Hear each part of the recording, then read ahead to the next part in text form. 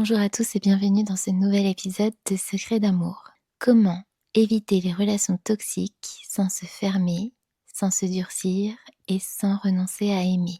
Et oui, aujourd'hui on parle beaucoup des relations toxiques. On les analyse, on les redoute, on veut les éviter. Alors beaucoup de personnes se ferment, se détachent ou se blindent. Mais se fermer ou se mentir n'a jamais protégé l'amour. Et se détacher n'a jamais guéri le cœur. Dans cet épisode, je ne vais pas t'expliquer comment aimer moins. Je vais t'expliquer comment aimer avec structure pour que la toxicité n'ait plus d'espace pour s'installer. Parce que l'amour n'est pas dangereux. Ce qui fait mal, c'est l'amour sans cadre. L'amour n'est pas un danger. L'amour sans structure l'est. J'entends souvent des gens me dire en coaching « j'attire les relations toxiques ». Mais la réalité est plus subtile. On n'attire pas la toxicité. On l'autorise, pas consciemment, pas volontairement, mais dans le temps, dans ce que l'on tolère, dans ce que l'on excuse, dans ce que l'on espère voir changer. La toxicité ne commence jamais par la violence. Elle commence par des petites incohérences que l'on minimise, des manques que l'on comprend trop vite, des flous que l'on accepte en attendant. Et peu à peu, l'amour avance sans structure. La toxicité n'entre jamais par effraction, mais elle s'installe toujours par tolérance. Il existe pourtant des signaux très précoces, pas spectaculaires, pas dramatiques, mais profondément révélateurs. Le premier signal, c'est l'incohérence entre les mots et les actes. Beaucoup de paroles, beaucoup de promesses, mais peu de constance réelle. Quand les actes ne suivent pas, l'amour reste théorique. L'amour ne se prouve pas par ce que l'on dit, mais par ce que l'on fait et ce que l'on répète. Le deuxième signal, c'est le flou relationnel qui dure. Les « on verra »,« prenons le temps »,« ne mettons pas de pression ». Le temps devient alors une attente sans direction. Le flou n'est plus une phase, il devient une position. Retiens que le flou qui dure n'est pas toujours une transition. Il est souvent une décision. Le troisième signal, c'est le déséquilibre d'investissement. Tu t'adaptes plus que l'autre. Tu ajustes ton rythme, tes besoins, ton niveau d'attente. Aimer commence à ressembler à un effort permanent. Alors quand aimer demande de s'adapter sans cesse à l'autre, ce n'est plus un échange. Le quatrième signal, c'est le chaud et le froid relationnel. Présent, puis absent, intense, puis distant, connecté, puis fuyant. Cette instabilité crée de l'attachement, mais elle ne crée pas de sécurité. L'instabilité attache et la constance sécurise. C'est ainsi que peuvent naître les vraies histoires d'amour. Enfin, le cinquième signal est le plus subtil. Il demande de la nuance. C'est le signal corporel. Ton corps se tend plus qu'il ne se détend. Attente, hypervigilance, tension diffuse, mais attention. Avec un profil évitant, l'activation corporelle peut être trompeuse. Un évitant peut activer son système par le manque, par le retrait, par l'intensité intermittente sans réelle intention toxique. Ce n'est pas l'activation ponctuelle qui alerte, c'est l'activation chronique sans réparation. Une relation saine n'est pas une relation qui n'active jamais, c'est une relation qui s'est apaisée après l'activation.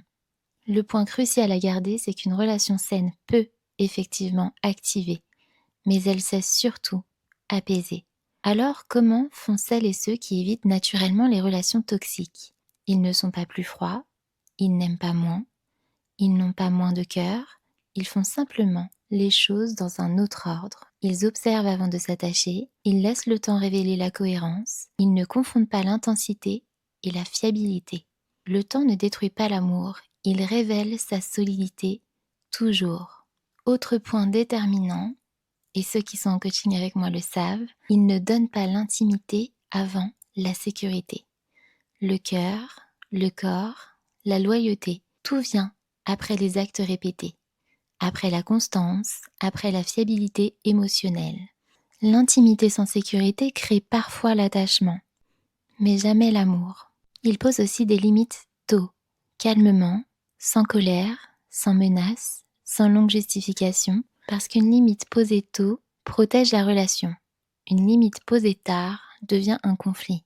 Éviter les relations toxiques ne signifie pas devenir plus dur, ni méfiant, ni fermé. Le vrai antidote de la toxicité, ce n'est pas la défense, c'est le discernement, le rythme, la cohérence, le respect de soi. L'amour sain n'est pas spectaculaire, il est incarné et permet de respirer. L'amour sain ne t'excite pas par intermittence. Il te rend vivant et profondément attiré dans la durée. Comme chaque semaine, je te propose maintenant un exercice simple. Repense à tes relations passées et demande-toi: à quel moment ai-je commencé à souffrir? Deuxième question: qu'est-ce que j'ai vu, mais minimisé? Troisième: qu'est-ce que j'ai donné trop tôt? Puis, écris cette phrase pour toi. La prochaine fois, je ne laisserai pas l'amour avancer plus vite que la structure. Se respecter n'éteint pas l'amour, ça le rend juste possible. Éviter les relations toxiques ne demande pas de renoncer à aimer. Cela demande de changer l'ordre. D'abord la cohérence, ensuite l'intimité, d'abord la structure, ensuite la profondeur. Et quand l'amour a un cadre, la toxicité n'a plus de place pour s'installer. Aimer sans cadre fait mal. Aimer avec structure transforme tout. Ce n'est pas l'amour qui fait souffrir, c'est l'absence de limites. En clair, éviter les relations toxiques ne demande pas de renoncer à aimer. Cela demande de changer l'ordre. Observe les actes en accord avec les mots. Et d'abord la structure avant d'autoriser la hauteur. Tu sais ce qui est le plus dangereux dans une relation toxique? Ce n'est pas la personne en face.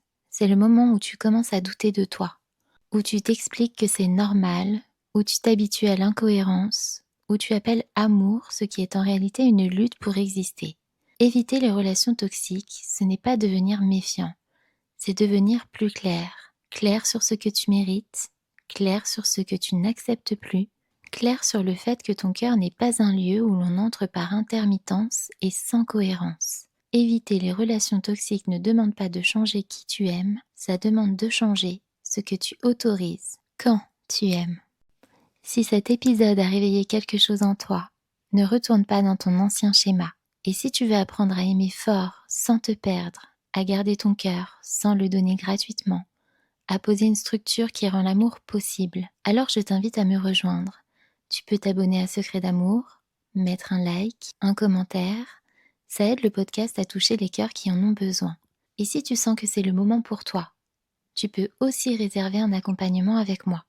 Parce que ton désir n'est pas un problème, ta sensibilité n'est pas une faiblesse, et surtout ton amour mérite mieux que la peur construite par l'immaturité émotionnelle d'une personne qui n'est pas prêt ou prête à travailler sur ses propres limites structurelles. Garde ton cœur ouvert, mais ne laisse plus personne y entrer sans preuve qu'il le mérite. Quoi qu'il arrive, on se retrouve mardi prochain. En attendant, prenez bien soin de vous. Bisous.